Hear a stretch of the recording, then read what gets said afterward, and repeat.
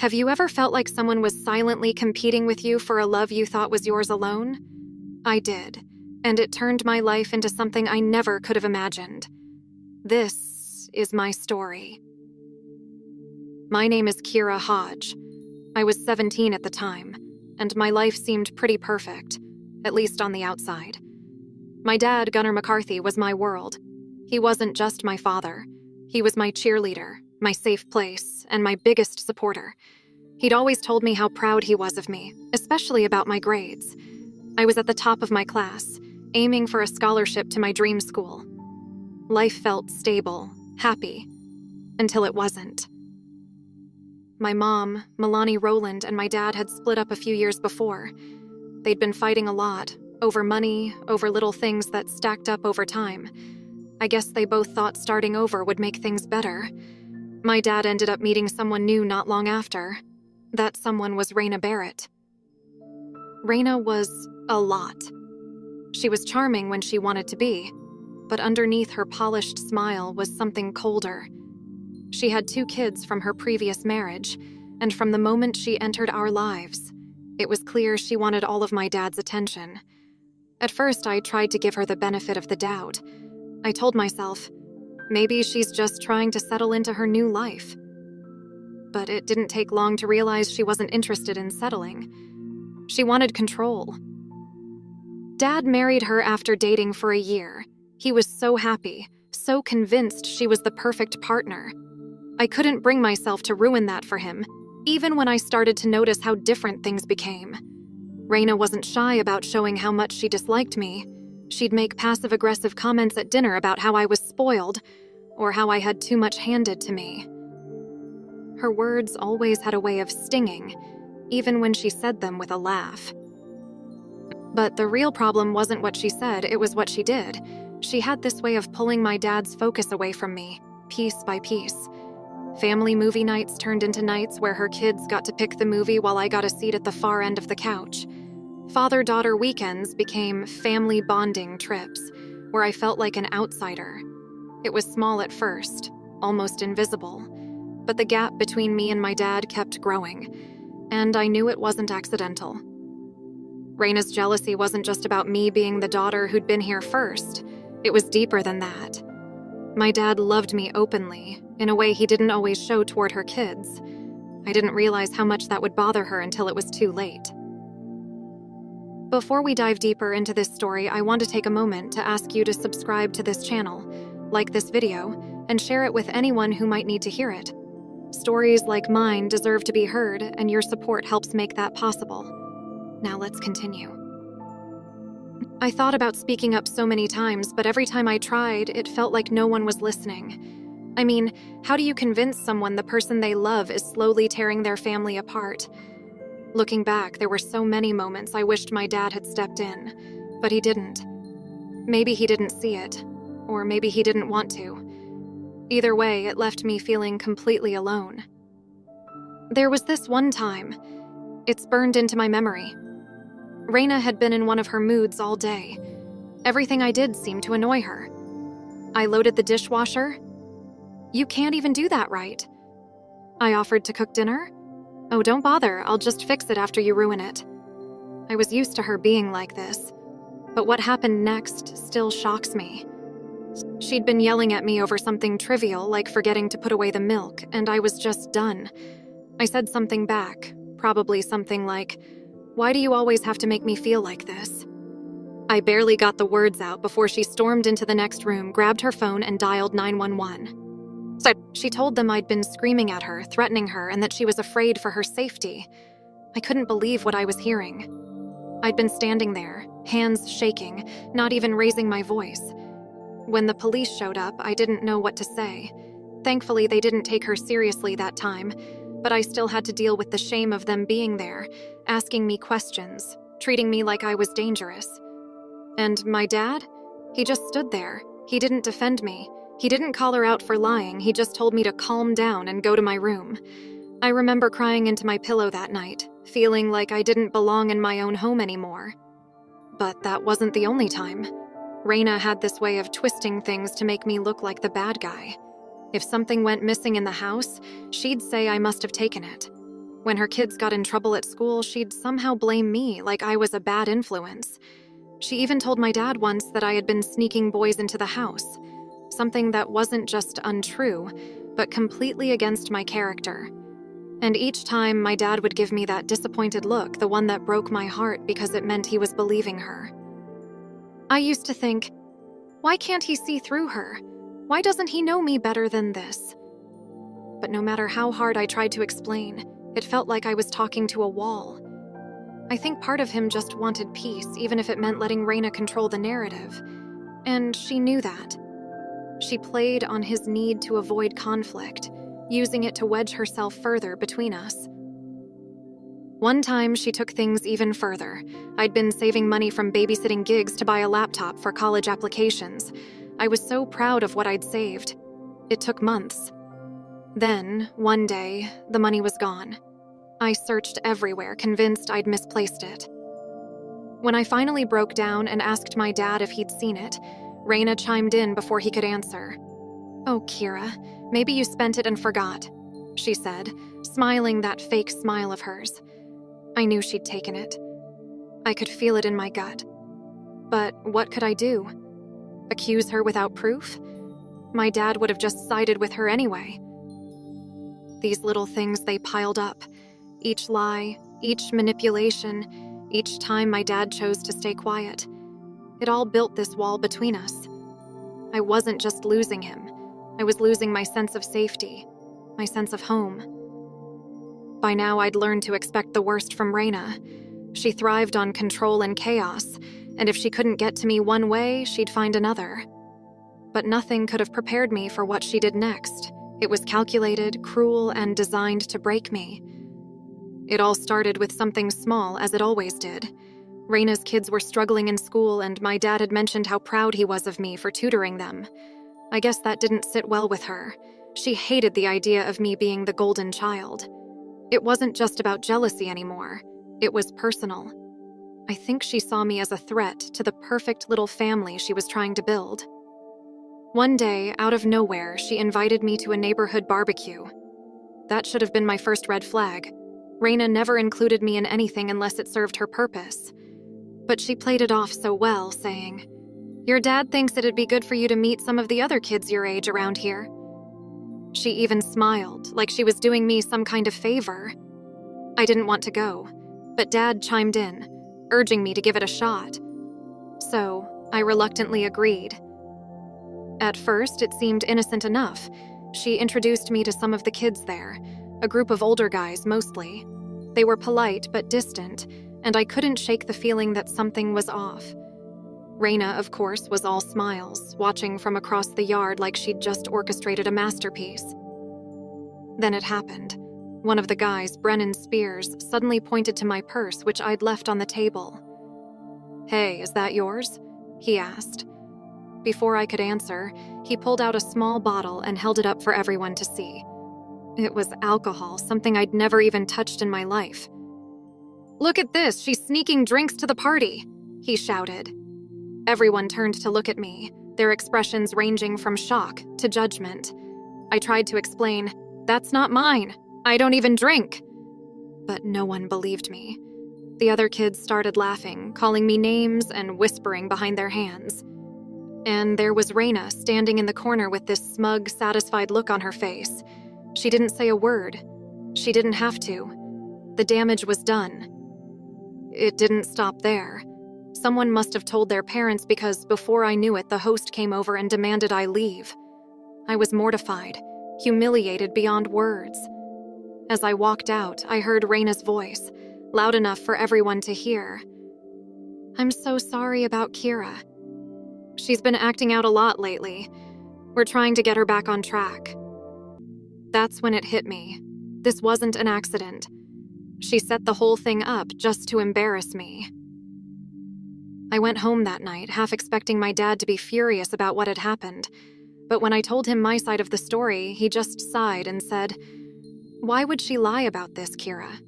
You need to take responsibility for your actions." That broke me. Raina had poisoned everything.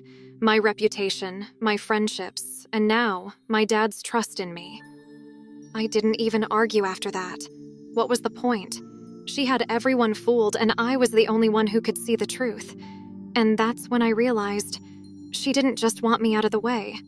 She wanted me out of the picture completely. I knew Raina hated me.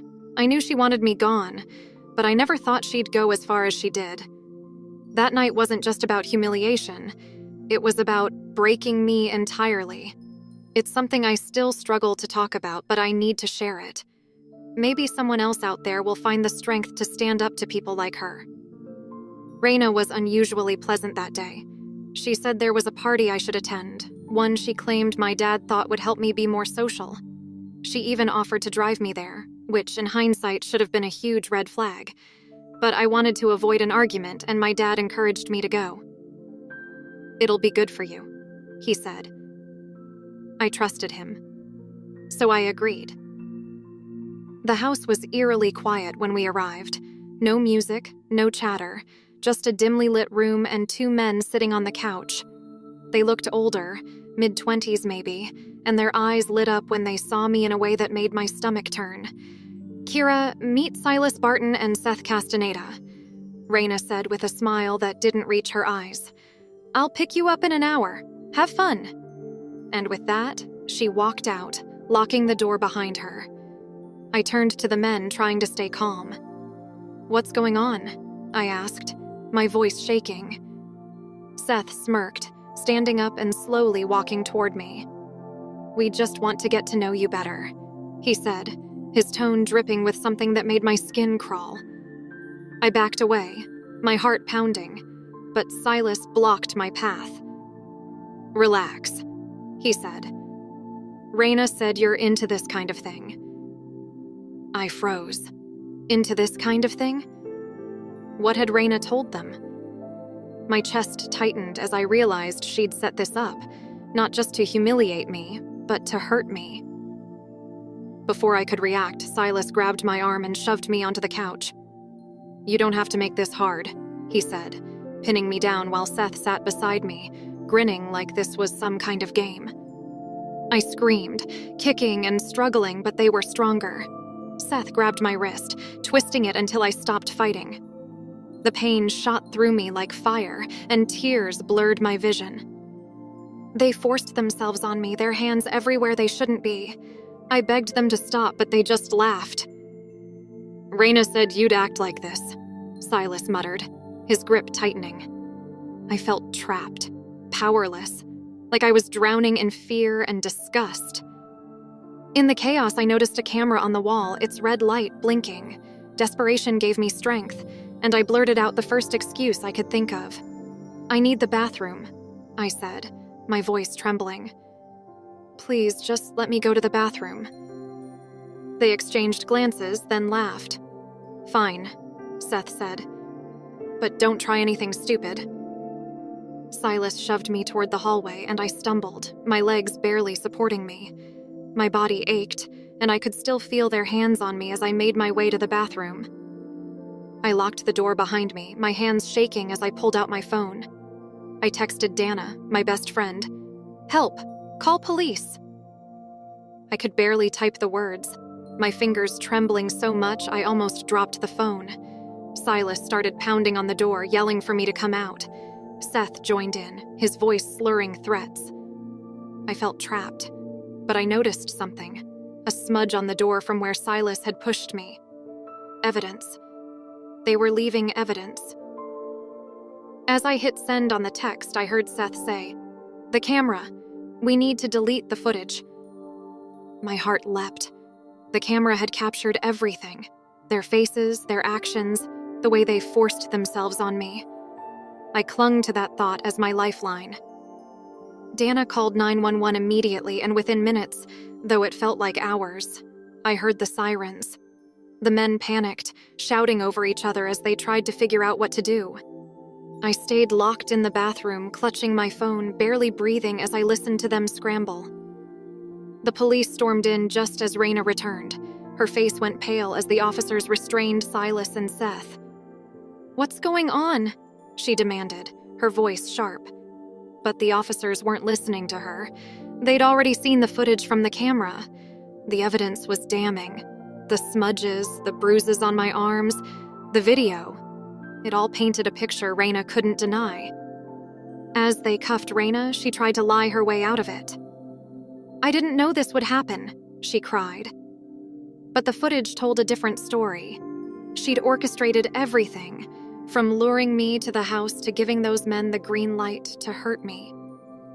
I sat in the back of the ambulance that night, numb and shaking. My body hurt, but the pain inside was worse. The betrayal, the humiliation, the fear. It was all too much.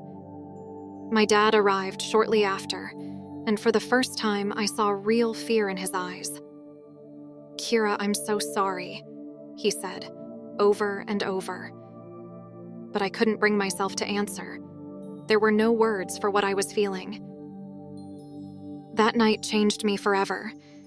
It showed me how far someone could go when consumed by jealousy and hatred. But it also taught me something else. I survived. And as broken as I felt in that moment, I knew I'd find a way to heal. Raina and those men didn't win. They didn't break me. And they never will. The days after the incident were a blur. I felt like I was living in a nightmare I couldn't wake up from. My body was healing, but my mind was shattered. And then came the hardest part, telling my dad everything. I didn't even know if he'd believe me after all the times he'd taken Raina's side. But I had to try. I sat across from him at the kitchen table, the silence between us heavy and unbearable. "Dad," I started, my voice barely above a whisper. "I need to tell you what really happened." He looked at me, his eyes tired and full of guilt. "I know, Kira," he said softly. "The police told me everything." For the first time in what felt like forever, I saw the wall Raina had built between us start to crack. Tears welled up in his eyes as he reached for my hand. "I should have seen it," he said. "I should have protected you." I wanted to be angry, to scream at him for not believing me sooner, but all I could feel was sadness. He was just as much a victim of Raina's manipulation as I was. My dad confronted Raina the next day, though she was already in custody. From what I heard, she didn't deny anything. She admitted to everything, to setting me up, to lying to the men, to watching it all unfold like it was some sick game. "Why?" my dad asked her. "Why would you do this?" Her answer was as cold as it was shocking. "Because she was taking everything from me," she said. "Your love, your attention, everything I wanted for my own kids." That was the moment my dad truly broke. He realized the woman he thought he loved had not only destroyed our family, but nearly destroyed me in the process. He filed for divorce immediately, cutting all ties with her and her children, but the damage she caused would take much longer to heal. Healing isn't a straight line. Some days I wake up and feel strong, like I can take on the world. Other days, I feel the weight of what happened pressing down on me, and all I want to do is hide. But I'm learning. I'm learning that it's okay to not be okay, and that healing doesn't mean forgetting. It means finding a way to live again. I started therapy a few weeks after the incident. It was hard at first, talking about everything, reliving it all. But it helped. Slowly, I began to understand that what happened wasn't my fault, that I wasn't to blame for Raina's cruelty or the actions of those men. I also started rebuilding my relationship with my dad. It wasn't easy, but he showed me he was willing to do whatever it took to earn back my trust. He sold the house and moved us to a new neighborhood far away from the memories of what had happened. He even took time off work to be there for me, something he'd never done before. It didn't erase the past, but it was a start. As for Raina, she got exactly what she deserved. The evidence against her was overwhelming, and she was sentenced to several years in prison for her role in what happened. Silas and Seth were also convicted, and knowing they were behind bars gave me some sense of closure. But the real healing came from within. I learned that people like Raina don't win, not in the end. They may break you for a moment, but they can't take away your strength, your courage, or your will to move forward. I survived her, and that's something no one can ever take away from me. If you've made it this far, thank you for listening to my story. It wasn't easy to share, but I hope it helps someone out there who might be going through something similar. And if it did, please take a moment to like this video, share it with others, and subscribe to this channel. Stories like mine deserve to be heard, and your support makes that possible. Thank you.